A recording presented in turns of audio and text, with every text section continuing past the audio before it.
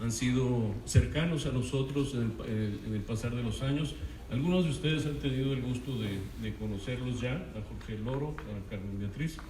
Y esta mañana en sus programas está el nombre de nuestro colega Suaznavar, de Uruguay, quien lamentablemente por una situación de una enfermedad de último minuto ha suspendido su viaje de Uruguay a México y no le será posible asistir. En su lugar, la Fundación Adenauer me ha pedido que les comparta lo que son los temas de la nueva narrativa de comunicación política en el siglo XXI. Antes de empezar, quisiera, y a manera de provocación e inspirado por la presentación que me precedió de Carlos Andrés Pérez, este asunto de contar historias,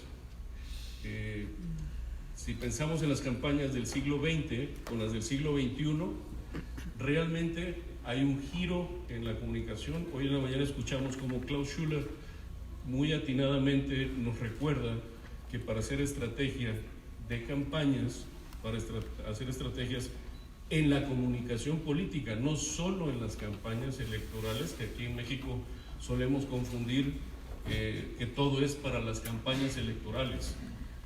Pero la competencia política sucede todo el tiempo, no solo cuando hay campañas electorales. Solo me voy a referir a una parte del triángulo virtuoso que nos presentó Klaus Schuller, que es el tema de la comunicación política. Les voy a pedir que pongan atención a lo que considero es uno de los últimos hitos de la comunicación política de campañas, y es este video que vamos a ver a continuación. Adelante, por favor.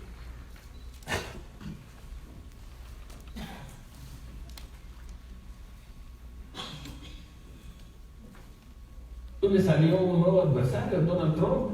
Es Valerie Plame, una ex agente de la CIA que además ha estado envuelto en discusiones, en escándalos, en temas muy duros en Estados Unidos, y va a tratar de ganar una posición para los demócratas en Nuevo México en la elección del próximo año. Así inicia su campaña, así están comenzando las campañas para frenar a Donald Trump.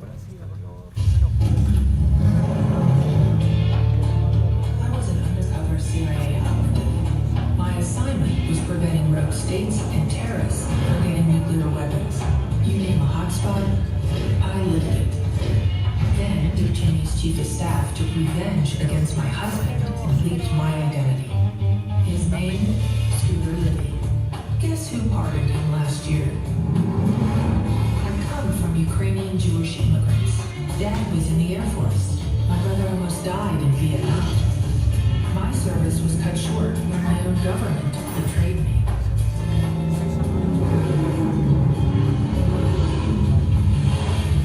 We need to turn our country around. And yes, the CIA really does teach us how to drive like this. You've probably heard my name. Mr. President, I've got a few scores to settle. Personajazo, hay spots por los que abren campaña allá en Estados Unidos. Imagen Noticias, con Ciro Gómez Reina. Muchas gracias. Viernes, 10:30. Vamos poniendo ya la presentación, por favor. ¿Qué les pareció? Fantástica, ¿no? Bueno, el asunto es que si en la secuencia de lo que hemos venido escuchando desde Klaus, ahora después con Carlos Fara, estamos este es justo lo que nos está diciendo Carlos Andrés Pérez. Si no cuentan una historia, no hay engagement, no puedes atrapar al votante. Y esta es un punto muy importante porque tradicionalmente, un poco esa tendencia de campañas del siglo XX que era hacer spots bonitos, con gente bonita, con los temas que considerábamos bonitos. Si no es esta la presentación, Patricio, bueno, en lo que está, el asunto es, yo les voy a hablar de este giro en los contenidos o en los temas que debe tener la comunicación política la comunicación para la competencia política, no solo para las campañas electorales, estamos hablando de comunicación política. Y esto es muy interesante porque las encuestas que nos dicen, ¿cuáles son los dos temas de todas las encuestas que salen hasta arriba? Seguridad y empleo. La novedad es que no están ganando los que hablan de seguridad y empleo. Están ganando los que conectan con los votantes con una muy buena historia, pero que se refieren a los temas de interés que irrumpieron en el siglo XXI, que están irrumpiendo en el siglo XXI. Nosotros nos tenemos que actualizar, nos tenemos que poner atentos, porque ya no es solamente hablar de seguridad y empleo.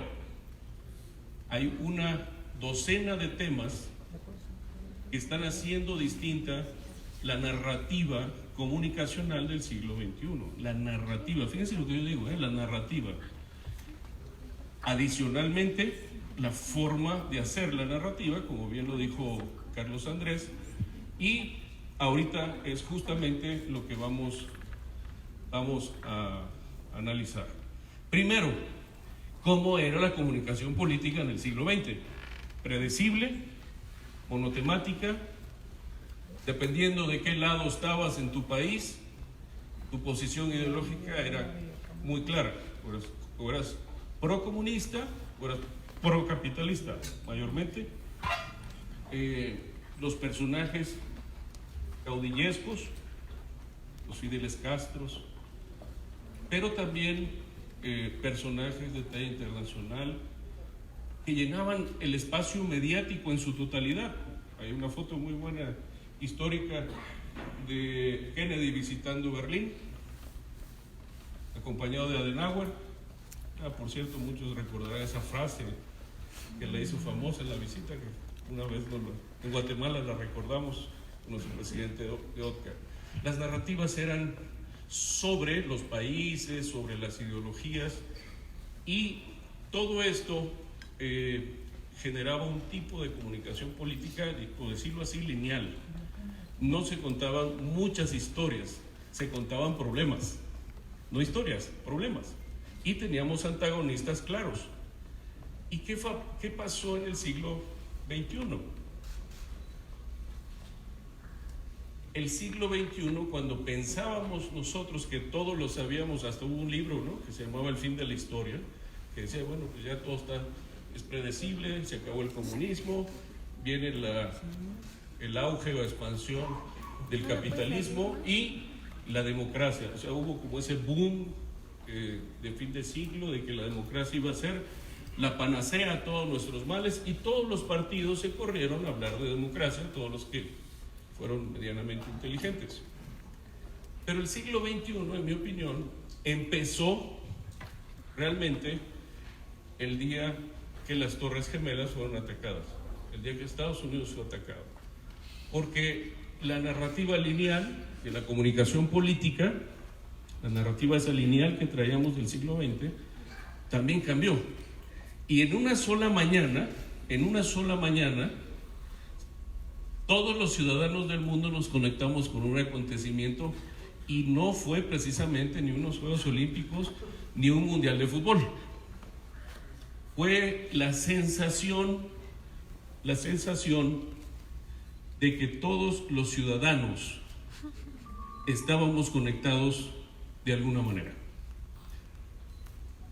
Carlos Castillo Peraza hablaba de mundialización, para los que son muy estudiosos de las aportaciones de nuestra gente aquí humanista.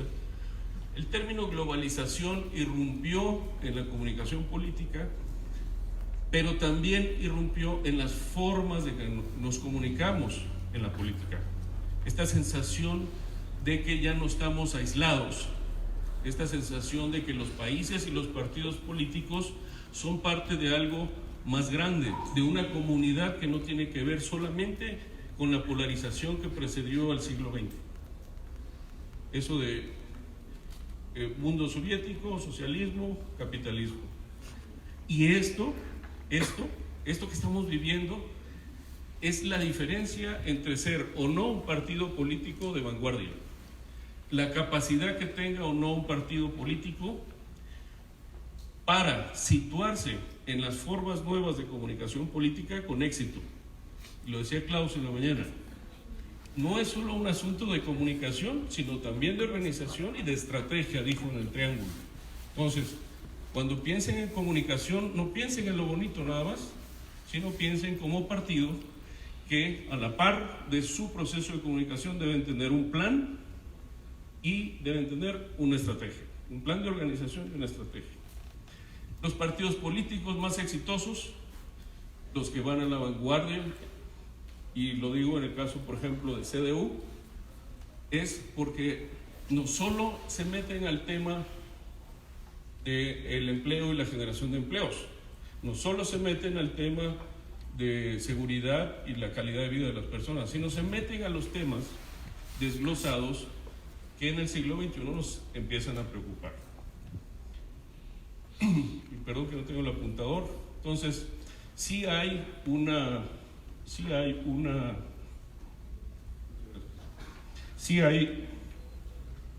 diferencia en la comunicación. Nosotros decimos, en el siglo XX todo era medible en escala y alcance, ¿no? Y ahora en el siglo XXI es la velocidad y la rapidez. Decía, rapid response es el sello de la comunicación política en el siglo XXI. Pero más allá de estas diferencias de carácter práctico, está el asunto de cómo la tecnología nos ha influido para ser consumidores. Y me lleva a un punto importante. Ya no somos, fíjense, la diferencia entre el siglo XX y el siglo XXI. Estamos hablando de la comunicación política en el siglo XXI y tenemos que tener muy claro esas diferencias. En el siglo XX, nosotros éramos clasificados para efectos de identificación como votantes por nuestro género, por nuestra edad y por nuestra escolaridad y quizá nuestro nivel socioeconómico, ¿sí o no? Y así fuimos a 1000 cursos de encuestas para aprender cómo ubicar a los votantes, a los ciudadanos. En el siglo XXI hay una novedad y aquí tenemos una víctima de ello, a la Gioconda, que es los hábitos de consumo. Ojo, ya no importa tanto qué edad tengo, ya no importa tanto qué género tengo, ya no importa tanto si gano mucho o poco, sino qué estoy consumiendo, dónde lo estoy consumiendo. O sea, mi perfil de consumidor, mi hábito de consumo. Estados Unidos, para las campañas presidenciales, usan el voter roll, que es el sistema donde compran la lista de usuarios de American Express, la lista de padres de familia que deben la beca de sus universidades y tienen un perfil de votante basado en hábitos de consumo. Entonces, quiere decir que ya no solo importa tu edad, tu género, sino cómo te comportas en esta sociedad de consumo, el hábito de consumo. Bueno, aquí tenemos la primera víctima, porque ahora si consumes iPhone es muy diferente a que consumas, ¿cuál sería? Samsung. ¿Cuál tiene más estatus social? El iPhone. Entonces, tu perfil y el producto que vas a diseñar, la narrativa que vas a contar, hacia quién va a ir. Y lo tienes que también pensar así, porque hay una diferencia entre usuarios. Estamos hablando de manejo de metadatos.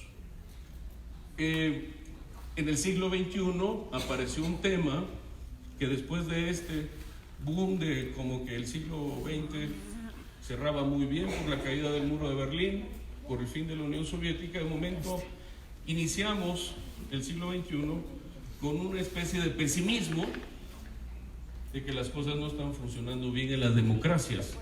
Y hay como una especie de crisis de que si la democracia es o no efectiva para resolver los problemas sociales. Muchos grandes pensadores se lo están cuestionando y afecta la narrativa política. Afecta la narrativa política porque hay un desencanto con los políticos. Hay un desencanto con los partidos políticos. Y en eso Acción Nacional no se escapa. Porque no estoy diciendo que haya desencanto con Acción Nacional. Hay desencanto con la política y con los partidos políticos en general. En general. Hay una cobranza de falta de resultados. Y eso nos debe preocupar, porque nos decían en la mañana, si la gente no tiene un buen motivo, decía Klaus Schüler, para votar por ti cuando eres oposición y no lo sabes decir, pues a eso súmale que tú no estás gobernando y que tienes la desventaja de convencer. Pero hay un desencanto de la ciudadanía con los partidos políticos. Luego, a diferencia del siglo XX, ese cascarón de la ideología con la que todos nacíamos, y en muchos países decían, no, yo soy peronista, yo soy, que podría ser conservador en Colombia, uribista, todas esas cosas ideológicas para la gente empiezan a pasar a un segundo término. Es decir, yo no veo un buen spot de comunicación política ahorita que la gente trate de decirle que es el humanismo político. Lo que podríamos hacer es un muy buen spot y, con los resultados de los gobiernos panistas, y que después sepan que somos los humanistas. Eso tal vez tendría más sentido. Entonces, la ideología está en crisis y aparecen otros temas. El extremismo, principalmente. Nosotros veamos lejano en Medio Oriente, en Europa, ¿dónde está el principal problema de migración ahora? ¿En el sur de Estados Unidos o en el sur de México? En el sur de México. Eso es un reenfoque, es un paradigma que se ha roto, que todo era allá y ahora lo tenemos acá. Entonces, debemos repensar los caminos hacia una nueva narrativa política. Es un poco lo que hablaba Carlos Fara, que nos planteaba una nueva narrativa. ¿Cuáles son esos caminos? Pues exploremos los temas, porque si están equivocados los temas, están equivocados los planteamientos también. Ese es el asunto. Los caminos hacia una nueva narrativa es, primero, en el caso de Acción Nacional, practicar nuestros valores. Acción Nacional debe ser ejemplo, cada dirigente de Acción Nacional debe ser ejemplo, cada candidato de Acción Nacional debe ser ejemplo de valores. Lo único que puede hacer distinto al PAN y a un candidato del PAN y una campaña política del PAN con respecto a los demás partidos, hacerlo distinto y distinguible, es practicar los valores. Segundo, que nuestra agenda de partido sea local, acción local con enfoque global. No puede ser que el PAN solo esté hablando de cosas internas del PAN, y no puede ser que solo estemos hablando de cosas de México. Tenemos que hablar de las cosas que en el mundo tienen que ver con México. Por ejemplo, cancelaron una cumbre energética México-Alemania.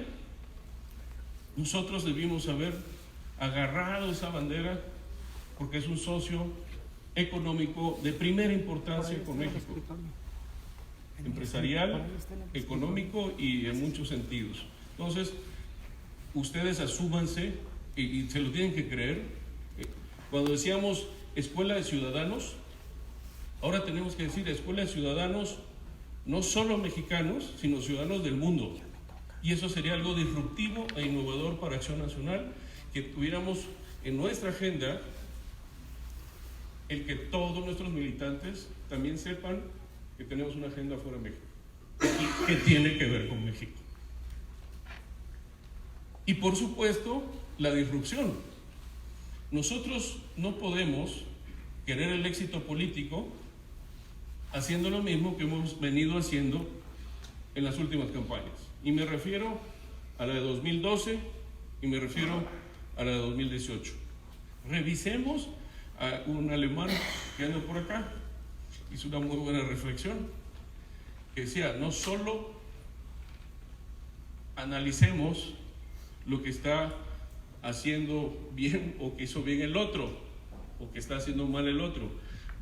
Y aquí está por acá también, es de Tabasco también, que lo comentó Gerardo Priego, que lo comentó hace rato diciendo, también nosotros tenemos que repensarnos para ver si o seguimos a todos los partidos que van hacia un lado o nos convertimos en el partido disruptivo opositor que el México del siglo XXI necesita, y tenemos que replantearlo y tenemos que reformularlo, y en nuestros spots políticos se tiene que reflejar esa visión esa intención. Por supuesto, aquí hay un asunto peleado, que es que tradicionalmente nuestra cultura partidaria es poco tendiente a la innovación, por no decir nada tendiente a la innovación. No quiero exagerar, poco tendiente a la innovación. Y hasta nos dejamos que nos digan conservadores, que quiere decir el que no cambia, ¿o no? Y que decimos, sí, soy conservador y fifí, y que no es una buena respuesta ni es una buena defensa. El mundo cambia, México cambia, la sociedad cambia. ¿Qué es lo que necesitamos cambiar nosotros en nuestros partidos? ¿Nos los hemos preguntado? Debemos cambiar para que la narrativa política, para que estemos nuevamente en la discusión de las familias mexicanas a la hora de la comida. Algo nos falta en nuestros ingredientes comunicacionales, que no estamos en la conversación de las casas. Otro punto es la creatividad. ¿Vieron el video que les presenté? Es una explosión de creatividad, ¿o no? ¿Cuándo nos vamos a atrever a hacer cosas diferentes? Ya no podemos seguir haciendo spots bonitos, con muchas banderas PAN, porque somos superpanistas. ¿Eso a quién mueve? Solo a los panistas. Pero según yo, hasta donde me quedé, ustedes ya están convencidos. Entonces, ¿por qué seguimos haciendo spots de banderas panistas? ¿Que no hay temas allá afuera de la gente? ¿Por qué hacemos solo comerciales de banderas panistas? Y si la encuesta dice que solamente el 10% de la población se identifica con nosotros, ¿hacia quién va dirigido ese video? Tan solo el 10% de la población. Entonces no se quejen de que tampoco ampliamos nuestra base de simpatizantes. No hay una lógica.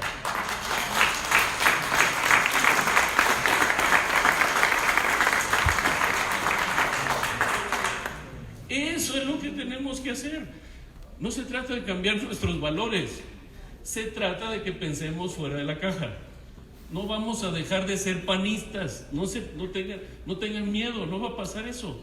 Lo que va a pasar es que se van a meter a los temas de la gente. Por ejemplo, el tema del cambio climático, los popotes, las bolsas de plástico.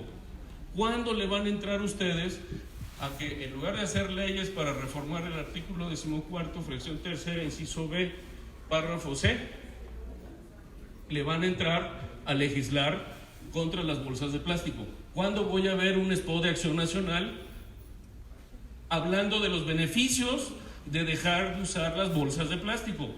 ¿Por qué otros hacen eso y no nosotros? ¿Qué tipo de partido somos? ¿Se dan cuenta?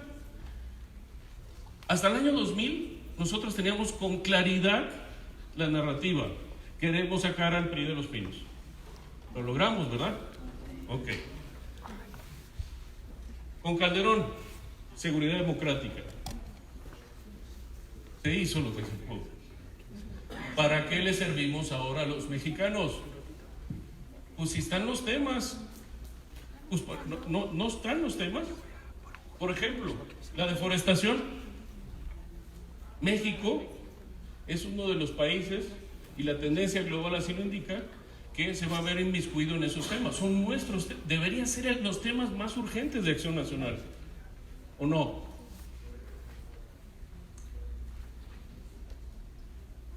¿Cuál es el principal problema en México? ¿No es la inseguridad?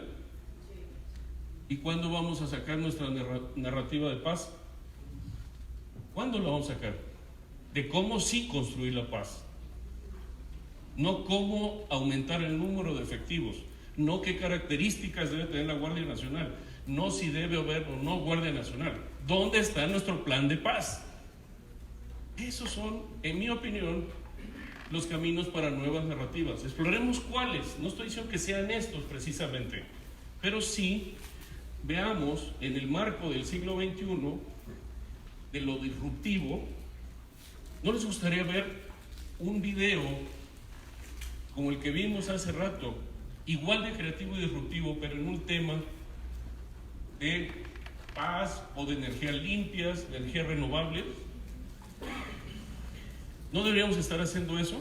O sea, criticamos que no pongan la refinería de Dos Bocas. ¿Dónde están los tabasqueños? ¿Ya se fueron? Criticamos que no sea la refinería de Dos Bocas. Ah, qué bien. ¿Y dónde está nuestra alternativa? No, pues criticar está muy bien, pero aquí no lo dijeron los expertos. Eso es tan solo una pequeñísima parte de la narrativa, criticar. Si el ciudadano no escucha tu propuesta, dice, bueno, pues es los críticos del gobierno, es natural, son los panistas, es natural. Entonces no hay simpatía con nosotros, no hay propuesta. Y los temas de la gente ya están aquí. Esa es una agenda que no está en Europa. Ya tenemos esa agenda aquí. Ya tenemos parques eólicos acá. Entonces, ¿cuándo vamos a anunciar estos temas? Cambio climático, las energías limpias y luego la contaminación. ¿Cuándo le va a entrar el PAN a esos temas? ¿O no son los temas de la gente? ¿O solo es seguridad de empleo? Tenemos un grave problema en México que se llama agua. No estamos haciendo nada en materia de agua, en comunicación política. Y es un gran problema que tenemos. Entonces, este es una presentación para hacer un llamado a la reflexión sobre los temas, para nuevos temas, nuevos caminos, para la narrativa política y la competencia política. ¿Estamos ganando alcaldías hablando del agua, sí o no? Sí, también. ¿Y por qué no tenemos una agenda sobre el agua, propuestas sobre el agua? Luego, la migración. La migración siempre fue manejada como un asunto con los Estados Unidos. La novedad es que es un asunto de lo más grave, porque tenemos muchas ciudades gobernadas por Acción Nacional que están recibiendo migrantes que ya no pueden seguir su migración hacia los Estados Unidos. Tijuana, en el camino, Chihuahua. ¿O no? Laredo, Reynosa, Chiapas, Tapachula, Juchitán, en Oaxaca, en Veracruz, Tierra Blanca, y tienen grandes problemas con la migración. ¿Dónde está nuestra comunicación política de migración? Esto son no solo tendencias de otros países. México está en el índice de países que más van a exportar migrantes en los siguientes años. Ya los análisis están hechos. A eso súmenle lo que vamos a recibir de otros países. Entonces, nosotros es si estamos o no dispuestos a construir nuestra comunicación política pensando los temas de la gente. Gobierno digital, por ejemplo, es un gran tema que en todos los lugares donde lo estamos desarrollando genera una empatía inmediata. La gente está agradecida porque le ahorras dinero y tiempo. En cada avance en materia digital hay algo que se gana para la gente. La ciberseguridad es otro tema. ¿La tendencia cuál es? La protección y la privacidad de los datos. ¿O no? ¿Alguien de ustedes no le preocupa la seguridad y privacidad de su teléfono? Sí, ¿verdad? ¿Les gustaría que el PAN sacara una iniciativa en el tema? Ahí están las amenazas. Entonces, señoras y señores, esos son los temas. Ustedes deciden si los exploran, si los abordan, pero no podemos seguir ganando campañas ni ganando en la competencia política haciendo lo mismo que veníamos haciendo. Hay que repensarlo, hay que seguir adelante explorando estos temas y hay que contar buenas historias. Muchas gracias por su atención.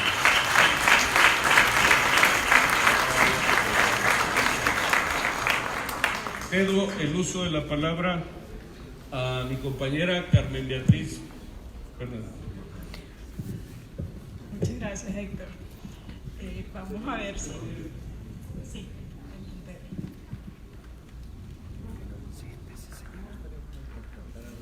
A ver si encontramos la presentación entonces, que fue la que estaba puesta cuando le tocó el turno a Héctor. Bueno, pues muchas gracias a todos por estar aquí y vamos a tratar de entrar en materia y hacer un paneo muy breve en 15 o 20 minutos de lo que son las nuevas tendencias, lo que vienen siendo las tendencias en comunicación política y las tendencias que están marcando el mundo en los últimos 3-4 años. Vengo a hablarles de lo que hemos visto y lo que estamos viendo a partir de creo que un año que fue un punto de inflexión muy importante y muy notorio, que fue el año 2016. Creo que a partir de 2016 entramos en un momento en que todo empezó a cambiar.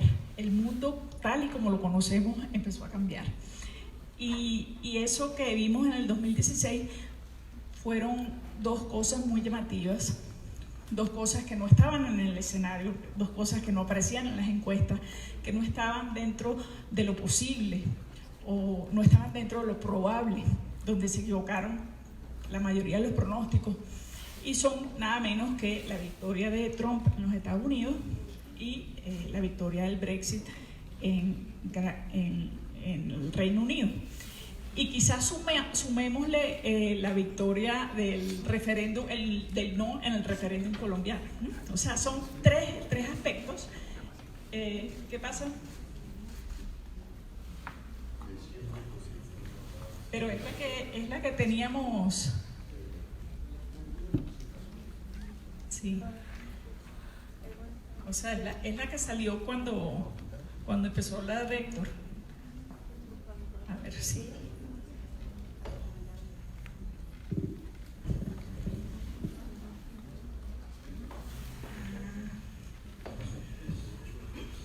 Bueno, y creo que a partir de ese 2016 entramos en una velocidad vertiginosa en las cosas que están pasándonos en el mundo y quizás no nos hemos dado del todo cuenta, ¿no? Pero en primer lugar, lo que pasó a partir del 2016 en relación con la tecnología, en relación con las innovaciones y en relación con la democracia, es que lo que cambió fue fundamentalmente el optimismo. Hasta 2016, todo lo que tenía que ver con innovaciones tecnológicas era visto con un gran optimismo en relación a lo que eso implicaba para la democracia. O sea, creíamos que la victoria de Obama en 2012, la victoria de Obama en 2008, la incorporación de las redes sociales a la vida política cotidiana, hacía que viéramos la geopolítica global, es que la tecnología no era esa promesa de democratización y a la que apuntábamos, sino que por el contrario, lo que vimos a raíz del Brexit, lo que vimos a raíz de la victoria de Trump, sobre todo lo que vimos a raíz de las autopsias de esos procesos electorales, es que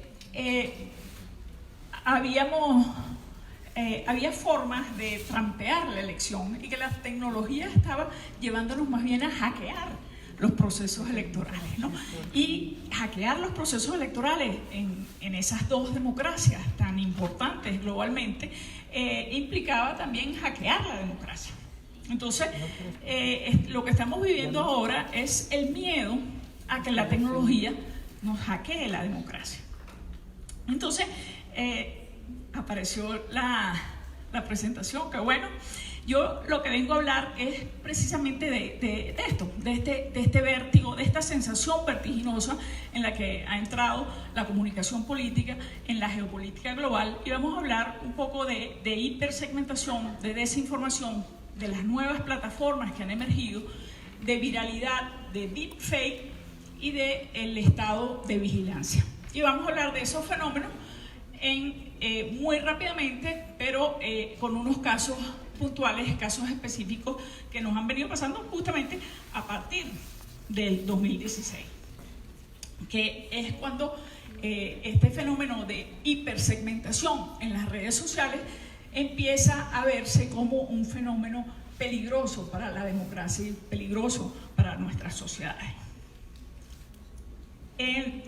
La autopsia de de la elección 2016 en la que gana Trump en los Estados Unidos, arrojó los peligros de la injerencia rusa en las campañas o la injerencia de cualquier potencia extranjera en una campaña a través de indicadores bastante duros, pues, ¿no? O sea, 126 millones de usuarios de Facebook estuvieron expuestos a la información. Hubo miles, cientos de miles de posts en redes sociales, en Instagram, en Facebook, en YouTube, que procedían de estas famosas granjas de trolls y granjas de generación de contenido que pretendían afectar a través de la incorporación de ciertos mensajes la campaña norteamericana. Pero no quiero detenerme aquí, sino en un aspecto que para mí es quizás más llamativo, y es que esto se hizo a un costo ínfimo en términos de cuánto costó esta injerencia rusa y cuánto costó incidir en las elecciones norteamericanas, a precio de gallina flaca, ¿no? Porque lo que se estima por lo menos en Facebook, que es donde se han concentrado la mayoría de los reflectores, son apenas $170,000, que para muchos de nosotros puede parecer una fortuna, pero para los montos que se manejan en las campañas electorales norteamericanas, esto es absolutamente nada, ¿no? Un mes cualquiera de la campaña de Hillary, pues invertía $80 millones, ¿no? Y aquí estamos hablando apenas de $170,000 en avisos, ¿no? Entonces, aquí ya hay un primer elemento que viene a ser tendencia de lo que estamos viendo en los procesos electorales, y es que la plata, que siempre había sido una variable tan importante, sigue siendo importante, pero ya hace bastante que dejó de ser lo más importante. Y eso lo vimos también en la elección 2018 de Brasil. Brasil es un ejemplo, o es el ejemplo de la emergencia de las nuevas plataformas, en este caso el WhatsApp, como plataforma dominante en la comunicación política. Y en la elección 2018 de Brasil, este puntito que ustedes ven aquí, no sé si esto tiene puntero, este puntito chiquitín es lo que gastó Bolsonaro en su campaña en comparación con lo que habían gastado los candidatos ganadores de campañas en Brasil en los 5, 6, 7 procesos electorales anteriores. Entonces, y es parecido a lo que pasó con el fenómeno Trump también. O sea, Trump fue con mucho quien menos gastó quien menos gastó en las primarias republicanas y después quien menos gastó en la contienda, ¿no? Entonces, el dinero importa, pero ya dejó de ser lo que más importa. En Brasil 2018, pues el fenómeno fue el WhatsApp como nueva plataforma y como plataforma muy potente de comunicación política, por donde se transmitieron cantidades de mensajes muy poco controlados, ¿no?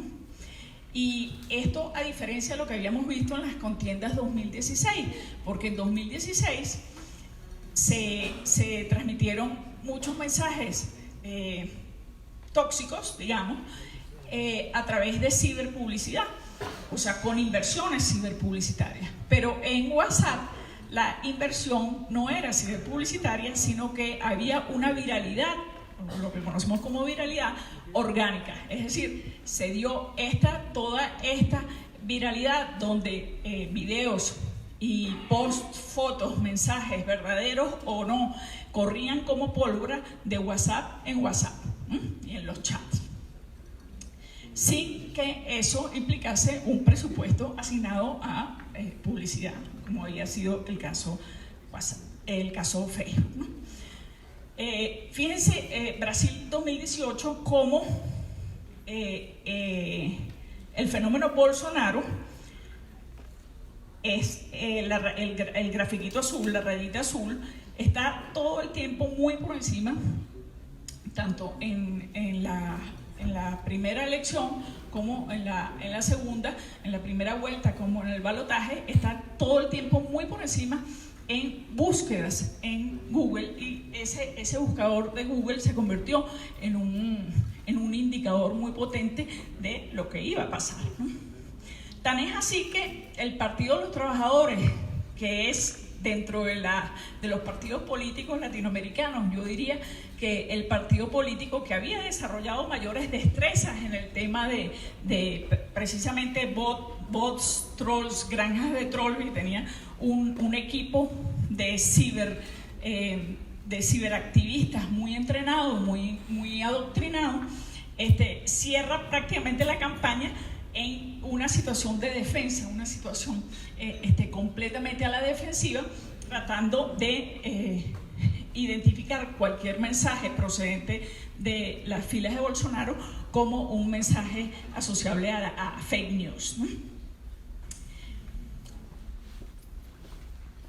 ¿Por qué ocurre esto? Bueno, ocurre porque fíjense cuál es la distribución de las redes sociales en Brasil y cómo Brasil es uno de los países, una de las sociedades donde las redes sociales tienen más influencia a la hora de informarse la gente en general y de informarse políticamente en particular, ¿no?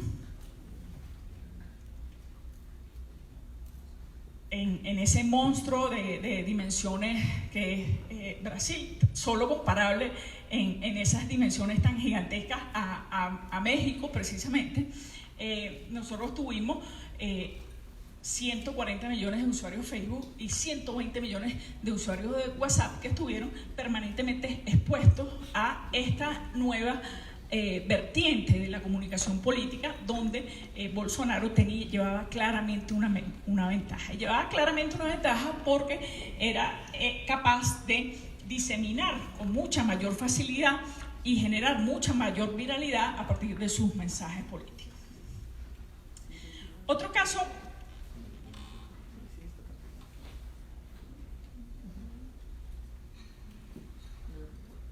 ¿qué pasó? A ver si lo puede pasar usted.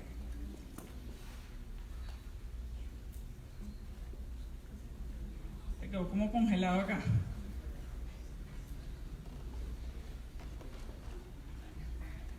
Bueno, si la tecnología, si tiene que haber una ley de Murphy, existe ley de Murphy, ¿no?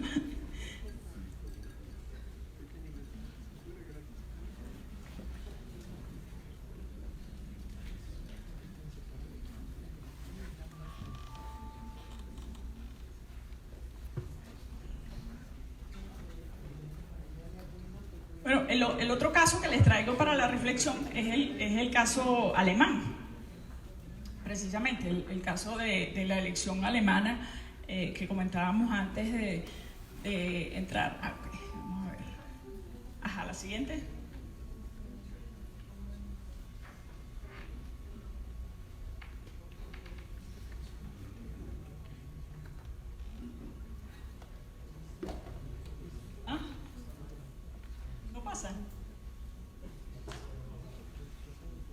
¿Y si la...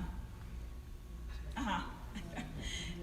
El caso de la elección alemana demuestra la enorme volatilidad que están experimentando los procesos electorales en las democracias al día de hoy, ¿no? En las democracias contemporáneas.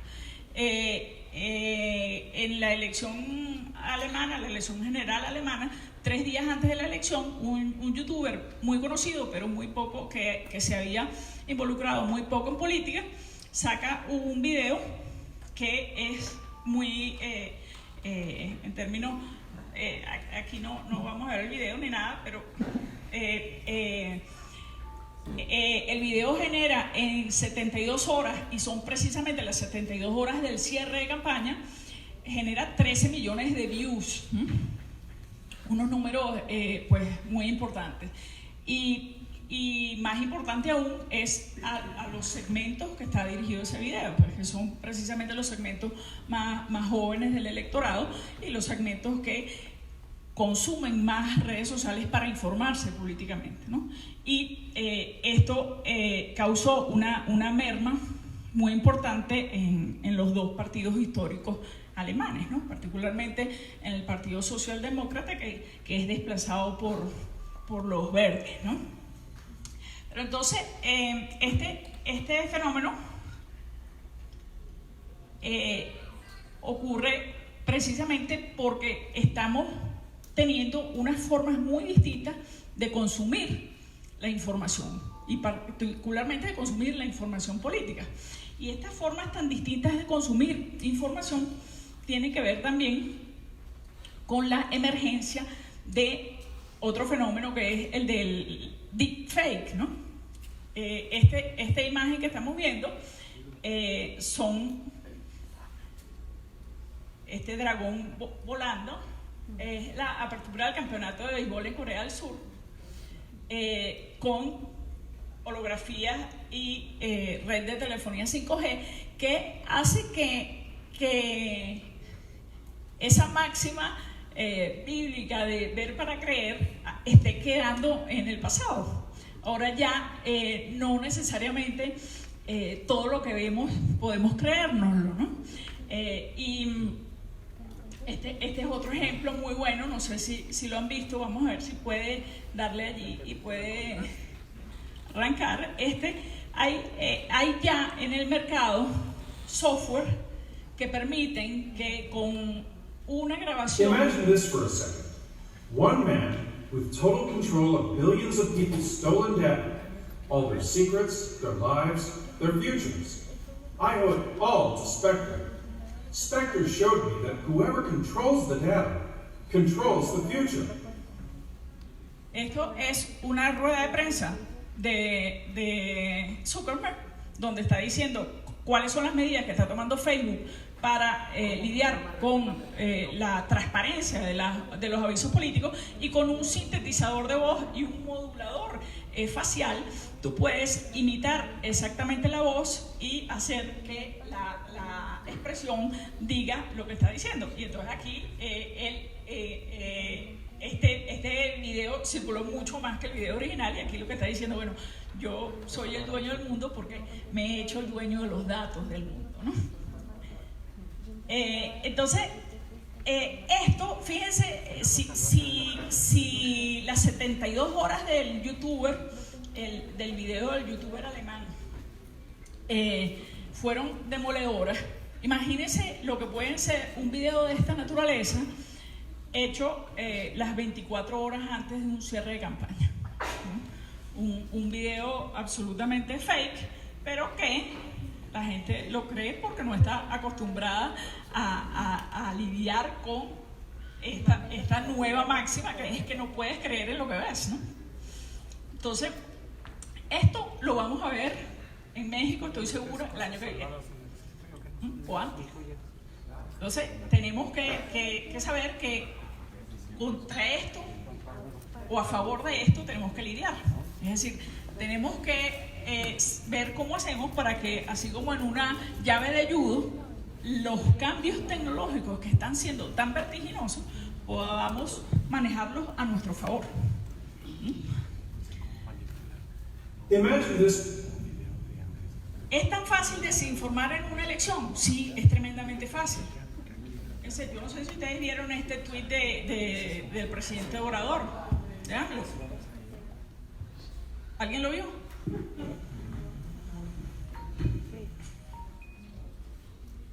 Hoy discuten los amigos del PAN sobre campañas políticas del siglo XXI. Ni me afecta ni me importa porque prefiero el siglo XX. ¿Es verdad? ¿No es verdad? Parece verdad, ¿no? Parece verdad. Así como parece verdad el de Trump también, que me está mencionando, porque estoy hablando hoy sobre fake news en este evento. Pues sí, es fácil. Entonces, ¿cómo hacemos para estar preparados para esto? Esa es la pregunta siguiente. Y esto está ocurriendo por una razón muy sencilla de entender. Está ocurriendo porque la sociedad ha cambiado su patrón de consumo de la información. Ha dado un giro de 180 grados. Como nos informábamos hace apenas 10 años, hoy nos informamos de una manera completamente distinta y particularmente en los segmentos más jóvenes del electorado. Por eso es que el impacto que tuvo el youtuber alemán afectó sobre todo al voto joven. Entonces, usamos redes sociales cada vez más para informarnos de las noticias. Fíjense, estos son Brasil, Estados Unidos, Reino Unido, Francia y Alemania. Las líneas dicen cómo viene creciendo la proporción de gente que usa redes sociales como fuente de información. Este es un estudio que hacemos año a año en la Universidad de Navarra y viene monitoreándose. Y cuando desagregas esta información y ves la proporción de la gente que usa cuál de las redes sociales, vemos que Facebook, que es donde están puestos todos los ojos, porque es el medio con mucho más masivo y con mayor penetración, es el único medio que viene bajando. Es decir, la gente, pese a que todavía es el medio primado, digamos, es el medio más importante, pero viene bajando y los otros medios vienen subiendo. Es decir, nosotros vamos a tener en los próximos años nuevas plataformas y nuevas formas de estarnos informando políticamente, que probablemente no las conocemos hoy, pero van a estar con nosotros mañana, y dependerá de si las dominamos, si conocemos esas plataformas o no las conocemos, si las domamos o no las domamos, dependerá que podamos llevar o no nuestro mensaje político. Este es otro caso interesantísimo que no sé si lo han seguido, como en Hong Kong, no tiene que ver con redes sociales, pero sí tiene que ver con tecnología. China es probablemente el estado más cibervigilante del globo, y entre ese estado cibervigilante es ya una norma el aplicar reconocimiento facial como medio de control social. Y precisamente en esto las protestas, quienes protestan en Hong Kong, están usando rayos láser para evitar que el sistema reconozca facialmente quiénes son los que protestan. Esto es como de ciencia ficción, es como una batalla Pokémon, ¿no? de las que ven los hijos nuestros. Lo que creíamos ciencia ficción ya llegó, ya está entre nosotros y ya es presente. ¿Cómo está haciendo, aparte de estos rayos, qué más se está haciendo para evadir la cibervigilancia? Este tipo de cosas. Esta es una chaqueta estampada con rostros. Entonces esto confunde la cibervigilancia, el estado cibervigilante. Cosas incluso más rústicas como esta otra también funcionan. Esto es simplemente una impresión en una impresora doméstica de una escena de calle que confunde igualmente a la cibervigilancia, ¿no? Son cosas que están pasando ya y que dentro de nada van a pasar en este continente, estoy convencida, ¿no? Entonces, ¿cómo hacemos ante este vértigo, ante esta velocidad a la que están ocurriendo las cosas, que parece que no hubiera tiempo suficiente para asimilar la última tecnología y ya la última tecnología está superada? ¿Cómo hacemos? Pues prepararnos, no hay otra que prepararnos, ¿no? ¿Y cómo prepararnos? Aquí les presento un experimento que nosotros hicimos hace muy poquito, hace unos meses, en las elecciones de Guatemala. Se hizo un experimento en Ciudad de Guatemala y se hizo una recolección continua de datos a partir de Google y a partir de redes sociales para identificar 14 segmentos y aplicar en esos 14 segmentos mensajes y medirlos antes y después. La capacidad la idea era medir la capacidad de persuasión de mensajes llevados en redes sociales a través de un experimento de lo que se llama Machine Learning, inteligencia artificial. Es un poco lo que hace Facebook, que diseñar un modelo que, basado en el patrón de las personas, de gustos y disgustos, te permite aproximarte mejor y entender mejor e ir perfeccionando el mensaje en tiempo real. Esto fue un experimento que se hizo durante 2 semanas.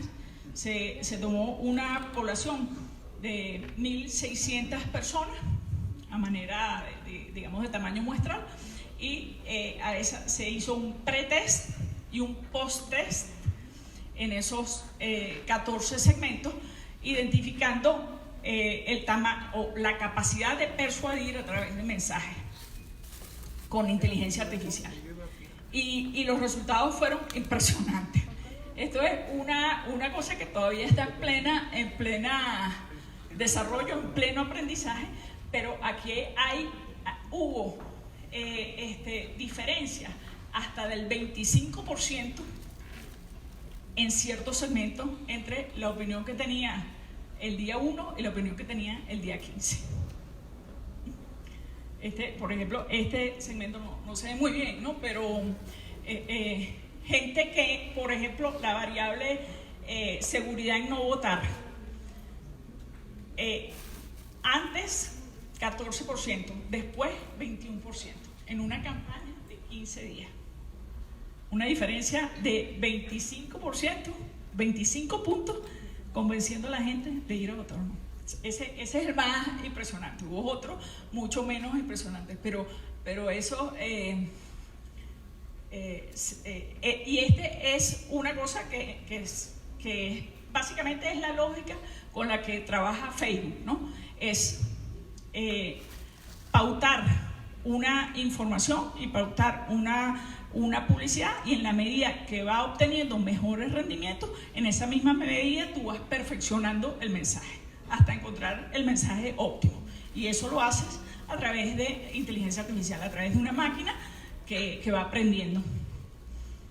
Al cabo de un mes ya conoces perfectamente a los electores, identificas los segmentos con los que puedes trabajar mejor y los segmentos a los que puedes aproximarte de manera más persuasiva y con los mensajes más persuasivos. Bueno, básicamente esto es a lo que me refería con estar preparados para lo que viene, ¿no? Porque lo que viene en este 2020 es digno de los mayores retos históricos, creo que haya tenido sociedad alguna en el último siglo, con seguridad. Muchas gracias. Gracias, Carmen Beatriz, por compartirnos esta interesantísima ponencia. La verdad es que eres una de las expertas latinoamericanas, pero más importante en materia digital. Muchísimas gracias. Quisiera aprovechar el momento que nuestro compañero Jorge Del Oro está lidiando con la tecnología un poquito para, si alguien tuviera una pregunta para Carmen Beatriz, aprovechando esta ventana de oportunidad, que alce la mano y aprovechamos esta la señal ventana. De costumbre. Sí. La señal de costumbre. Sí, la señal de costumbre. Bien, como podrán observar justamente aquí en nuestro panel, todo lo que hemos venido viendo son las tendencias globales, las enseñanzas que hemos recibido, todo engarza muy bien. Desde que empezó la ponencia de Klaus Schüler diciéndonos, sí, la comunicación política es importante, pero ustedes que están en un partido político tienen que empezar la planeación de todo. Dijo una frase maravillosa: 2 años antes de una campaña exitosa, 2 años antes. Nosotros aquí, por cierto, el grupo de consultores que hoy nos acompaña, por invitación de la Fundación Konrad Adenauer, tuvimos la oportunidad de ir a Berlín hace algunos años a escuchar en Berlín el proceso de planeación de la campaña de la señora Merkel, con 2 años de anticipación, en la parte de organización del partido, cómo se iban a preparar con los jóvenes, con los comités, en los estados federados, en las ciudades, con, por supuesto, en las bancadas, y es increíble. Ustedes dirán 2 años, qué exagerado. Bueno, así son los alemanes de planeadores, pero el resultado no es una casualidad. El resultado electoral, ahí está, digo, ininterrumpidamente la señora Merkel ha venido ganando las campañas, y ellos nos han hablado con mucha claridad el asunto de profesionalización, que esa es una sugerencia. Aquí está un buen amigo también nuestro, Arturo García Portillo, fue secretario de elecciones. Yo recuerdo muy bien hace algunos años que siempre decía, hay que profesionalizar el área electoral del PAN, hay que profesionalizarla, pero es justamente ese llamado a que el tema de hacer campañas y de hacer comunicación política en Acción Nacional necesita profesionalizarse. Y como vimos acá, y lo escuchamos muy bien de Carmen Beatriz, las tendencias globales es cuestión de semanas o de días o quizá mañana que tengamos aquí estas cuestiones en Latinoamérica, y acuérdense que tenemos una cercanía y una influencia cultural, nos guste o no, con los Estados Unidos. Aquí nosotros nos llega toda esa información, y entre que la copiamos y la vemos en el cine o la escuchamos en las noticias, pues nosotros tenemos que estar muy atentos a estas novedades y a estos cambios. Cedo el uso de la palabra a nuestro colega Jorge Loro. Jorge, bienvenido. Buen día, adelante. muchas gracias. Bueno, nuevamente feliz cumpleaños, PAN. Ayer estuvimos trabajando acá, hablando de los problemas del populismo, así que, pero vale la pena desearle feliz cumpleaños nuevamente. A ver si la tecnología, hablando de tecnología. Bueno, la pregunta que yo voy a hacer es si estamos frente a un ciberleviatán. ¿Y por qué digo esto? Fundamentalmente porque las redes sociales, en principio, son una herramienta fantástica. Lo hemos visto a través de todos los expositores, lo de Carmen. Pero, a mi juicio, tenemos un problema serio. ¿Serio por qué? Porque tenemos varios factores que los vamos a ir desarrollando lo más rápido que podamos. Voy a hacer lo más breve que se pueda porque venimos muy retrasados. Yo creo que es un factor también que debilita la democracia. Yo estoy en este momento pateando el tablero, más allá de todos los beneficios que nos pueden dar las redes sociales.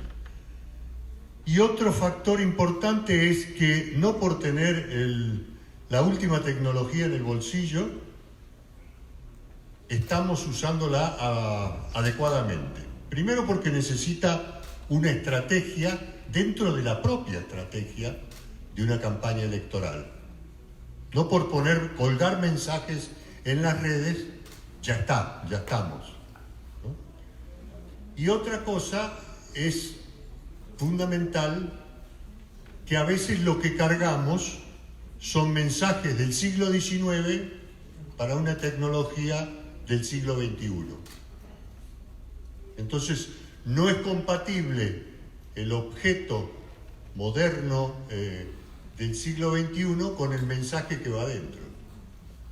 Y eso le pasa mucho a los partidos políticos a veces, ¿no? Sobre todo a los políticos cuando deciden manejar la tecnología ellos, ¿no? Y no se orientan. Primero porque no hay una estrategia, y luego porque evidentemente los mensajes a veces no son los más adecuados para una tecnología de esta naturaleza.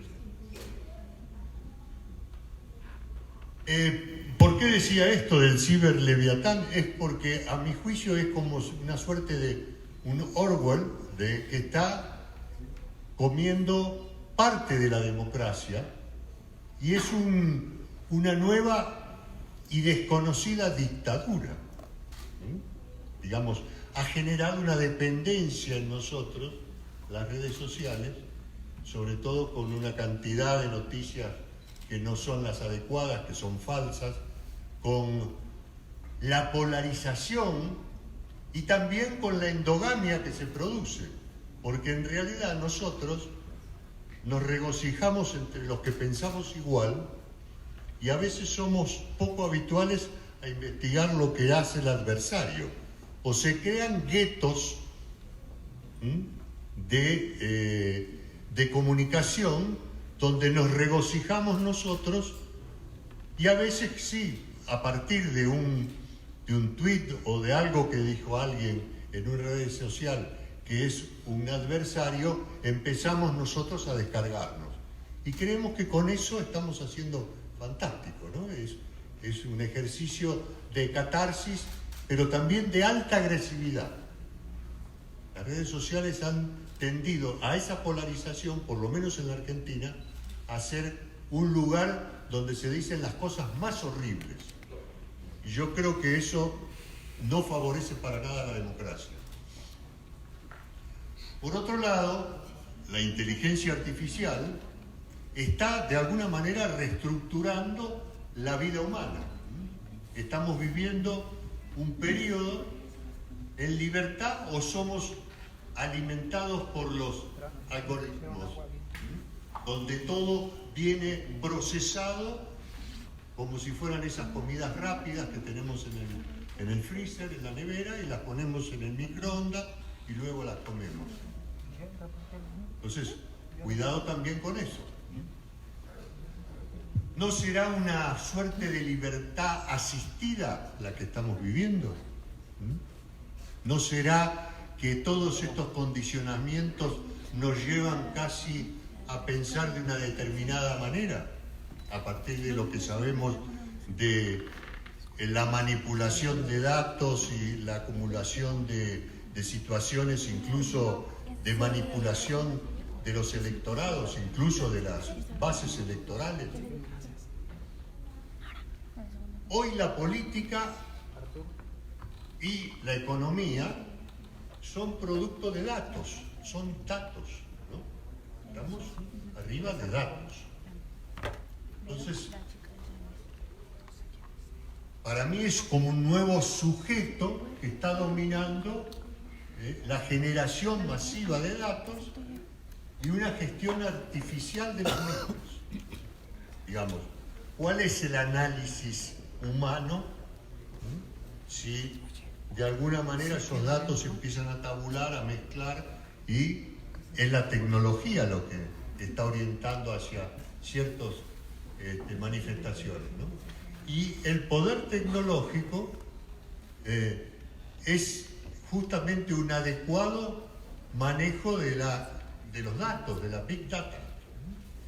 Ahora, pasamos de la centralidad de la persona, que son los valores que justamente el humanismo cristiano tiene, a una centralidad de la smartphone.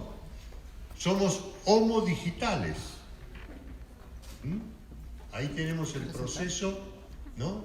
El hombre en la edad de piedra, Gutenberg, la imprenta, luego el email, el Twitter, dice, bueno, ahí dice 140 caracteres, ahora Twitter tiene más, ¿no? Y alcanza a los jóvenes como... También nos aísla, nos hace un poco más, de alguna manera, poco sociables, ¿no? El otro día fui a comer a un restaurante y justamente entró una pareja de enamorados, se sentaron en una mesa, cada uno con su móvil, y cada uno estaba en su mundo. Entonces, van a comer al mismo tiempo, no juntos. ¿Se entiende? También eso afecta a la vida social. El primero que usó muy bien todo esto, obviamente, fue Obama, que supo interpretar todo este fenómeno y diseñó su campaña con esos datos disponibles. Pero ya hoy Obama es antiguo con el proceso de aceleración que tienen las tecnologías, ¿no es cierto? Las redes sociales. El avance justamente a partir de plataformas que detectan, graban, analizan nuestros datos de manera masiva, nos llevan a estas innovaciones tecnológicas que van cambiando la realidad con una velocidad impresionante. Se dice que el aumento de la información cada año significa un 66% más que la anterior, ¿no? Es imposible asimilar semejante cantidad de información. Entonces, evidentemente, vamos a un ritmo que el ser humano no puede asimilar. Y hoy un gobernante de un pequeño, cualquier país de África, tiene acceso a más información que la que tenía Clinton cuando habitaba la Casa Blanca. Fíjense la velocidad. O sea, hay herramientas que sirven, pero otras nos condicionan, ¿no es cierto? Y yo me pregunto, ¿hoy nos informamos o googleamos? ¿No? ¿Y qué pasa si googleamos? La verdad está definida en la primera página de Google. ¿Y quién dijo que eso era la verdad? ¿Estamos seguros que eso era la verdad? Yo tengo prohibido a mis alumnos de la universidad que usen Wikipedia. Está llena de errores, manipulada permanentemente. El copy-paste no va. Escriban, lean, analicen, tengan pensamiento crítico. Esto nos ha quitado el pensamiento crítico. Viene todo digerido. Vuelvo a la comida preelaborada, ¿no? Y mentiras hubo siempre, en el mundo, en la política, noticias falsas también. Lo preocupante hoy es que en la democracia hay una gran indiferencia general ante la verdad. Y eso es grave. Esto quiere decir que no está invalidada el uso de las redes sociales, no estoy diciendo eso, pero sí tengamos claro el comportamiento de la herramienta. Me parece fundamental tener un pequeño entorno de cuáles son aquellas cosas que nos pueden favorecer, pero también nos pueden dañar. El contexto obviamente nos está obligando. El 62% de la gente, no sé, corregime Carmen, vos tenés datos más recientes, accede a noticias a través de las redes. Ya es más, pero digamos, ese es el dato que yo tengo. El 90% está online o conectado más de 3 veces al día, ¿no? La dependencia que generó la información o estar en las redes permanentemente. Lo que pasa que la política tiene que volver a enfrentar este nuevo escenario, volver a navegar o a nadar en un contexto absolutamente diferente. Y vuelvo al origen de mi charla. No por estar en las redes estamos comunicándonos bien, ¿no? Hay que tener mucho cuidado con los contenidos, pero fundamentalmente cómo las usamos y en qué momento. Manejamos bien la tecnología, mal el relato. El tema de a quién queremos seducir, si vamos a ir sobre los millennials o los centennials, la política se ha mantenido igual durante los últimos 100 años. Entonces, ¿cómo nos conectamos con ese grupo etario y de comportamiento tan complicado hacia la política? ¿No es cierto? Que habitualmente rechaza la política y que son habituales usuarios de las redes. Y somos ciudadanos del siglo XXI intentando comunicarnos con instituciones del siglo XX. Lamentablemente los partidos políticos, no digo todos, pero la mayoría en Latinoamérica todavía están en el siglo XX. Entonces, instituciones sustentadas en procesos e ideas del siglo XX. Ojo con eso, ¿cómo nos adaptamos? Lo decía recién el amigo Muñoz, ¿no? ¿Cómo también, sin perder valores, modernizamos nuestro pensamiento? ¿Cómo elaboramos el mensaje de manera tal de que el público sienta que estamos identificados con él? No solo en los temas, sino en la manera de abordarlo. Se estima que la media de atención de ese grupo, los centennials, está reducido a 8 segundos, mientras que los millennials son capaces de estar conectados 12 segundos. Entonces, si no conocemos ese tipo de comportamiento ante el mensaje que reciben estos dos grupos, no podemos mandarle un spot de 1 minuto, porque se desconectan. Entonces, hay que adaptar, por eso hablaba de una estrategia dentro de la estrategia general de campaña para las redes sociales, ¿no es cierto? Llegarles hoy a comunicarse como ellos hacen. De vuelta, no por estar en las redes estamos comunicándonos bien. Enviar mensajes cortos, fáciles de entender y de digerir. No le podemos, en ese sentido, complicar la vida, porque no nos van a prestar atención en ese par de segundos. Y ojo que se puede decir mucho, Escríbanlo, agarren un cronómetro, y si tienen un buen poder de síntesis, se puede decir mucho en esos pocos segundos. Y con los centennials hay que usar un lenguaje más visual, más intuitivo, que con las generaciones anteriores. Ellos usan mucho los emoticones. No tengamos miedo, no es un monigote que uno está poniendo, sino que en ese segmento justamente es un elemento que es apreciado y es divertido para ellos. Entonces, es importante recurrir a las imágenes para contar una historia en 8 o 12 segundos. O sea, que hay que hilvanar lo que decía Carlos Andrés de la historia, lo que decía Carlos Fara de la estrategia, y tratar de adaptar este tipo de mensajes a estos segmentos muy particulares que son los más adversos. Pero tengamos un tema muy, muy presente, que es la creatividad, que también lo hablamos, o lo hablaron mis colegas antes.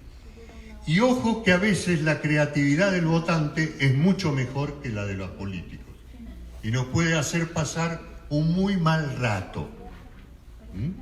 Porque cuando el ciudadano se enoja, se junta, empieza a crear cosas muy disruptivas que la política a veces no se atreve.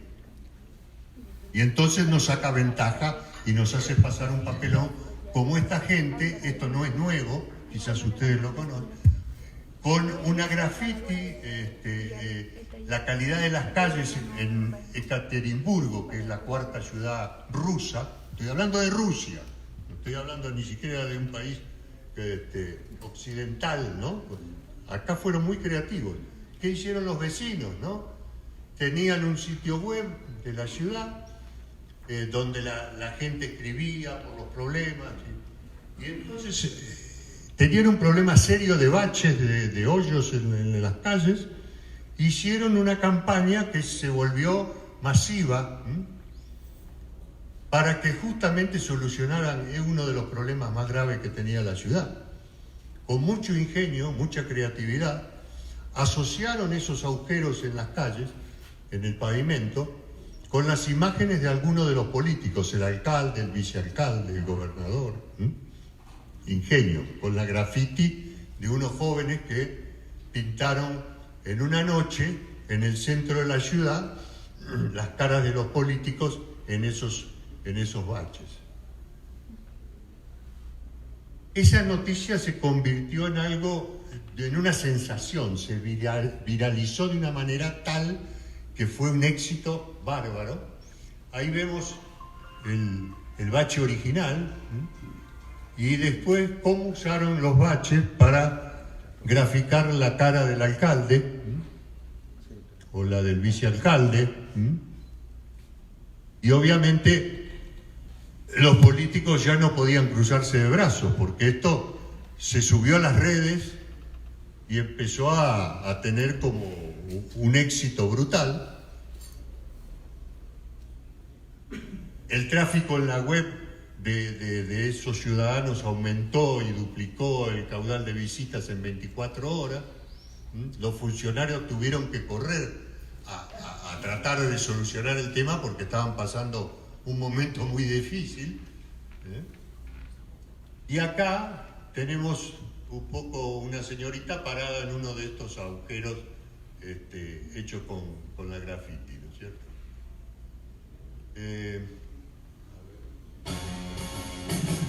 Yekaterinburg is the fourth largest city in Russia by population and one of the very last in terms of quality of roads.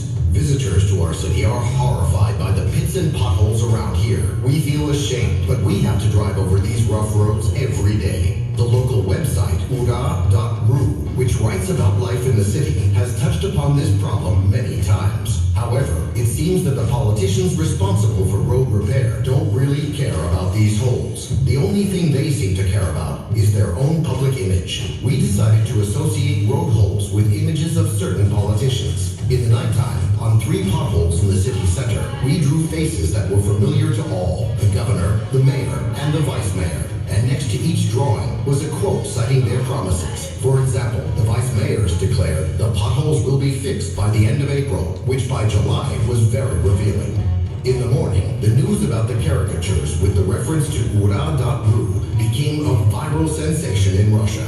The whole country was awaiting the reaction and the politicians were no longer able to sit idle. In the afternoon, workers were sent to the holes, but only to cover the portraits with paint. The officials were not aware that we were watching over the holes with hidden cameras. We came back to the holes, and next to each painted out portrait, we wrote, "Painting it is not fixing it." 3 cans of paint and 24 hours of intense PR worked magic. The next morning, all 3 holes got fixed. Thus, a special purpose project, ura.ru Roads, was launched, where every citizen can submit a problem road with a demand to fix it. As a result, the news about the action was released in more than 300 media, mentioned in social networks more than 7,000 times, and reached far beyond the borders of Russia. During this period of the episode, the website traffic on ura.ru doubled. But the main thing is that it made the officials begin doing their jobs. ura.ru, a city site for a better city.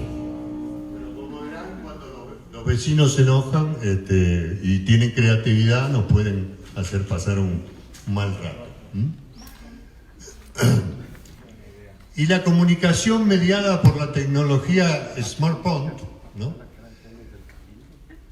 nos está llevando a esto que anteriormente mencioné, y la democracia como tal fue fundada y hoy debemos refundarla como soporte de un principio de responsabilidad que debe inspirar la relación del hombre, que siempre lo tenemos como centro en el humanismo cristiano, con la revolución digital. Perdone. Lo hizo en el siglo XVII, cuando empezaba la modernidad, y yo creo que lo puede volver a hacerlo hoy, en el siglo XXI, cuando cobra velocidad la posmodernidad. Muchas gracias.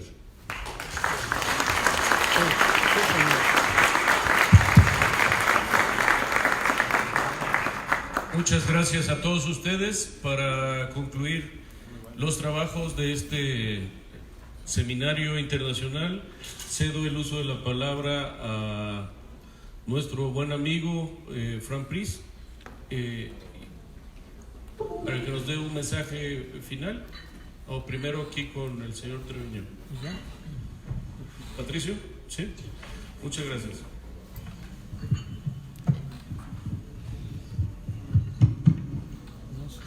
Muchas gracias a nuestros muy distinguidos ponentes de estos 2 paneles. Para finalizar, nada más yo les pediría a todos nuestros ponentes que pasen al frente, por favor, para tomar la foto final y darles un muy merecido y gran aplauso.